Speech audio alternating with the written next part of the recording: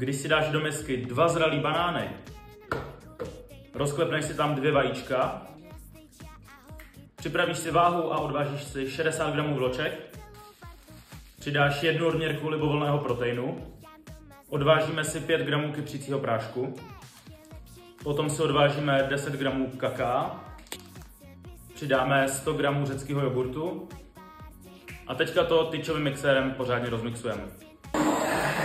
A teďka si do těsta dáme maliny. Trochu malince ještě necháme nakonec.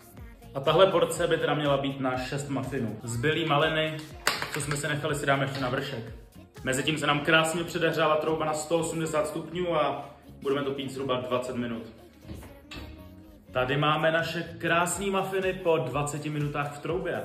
Jak můžeme vidět, je krásně vláčnej, nadýchanej.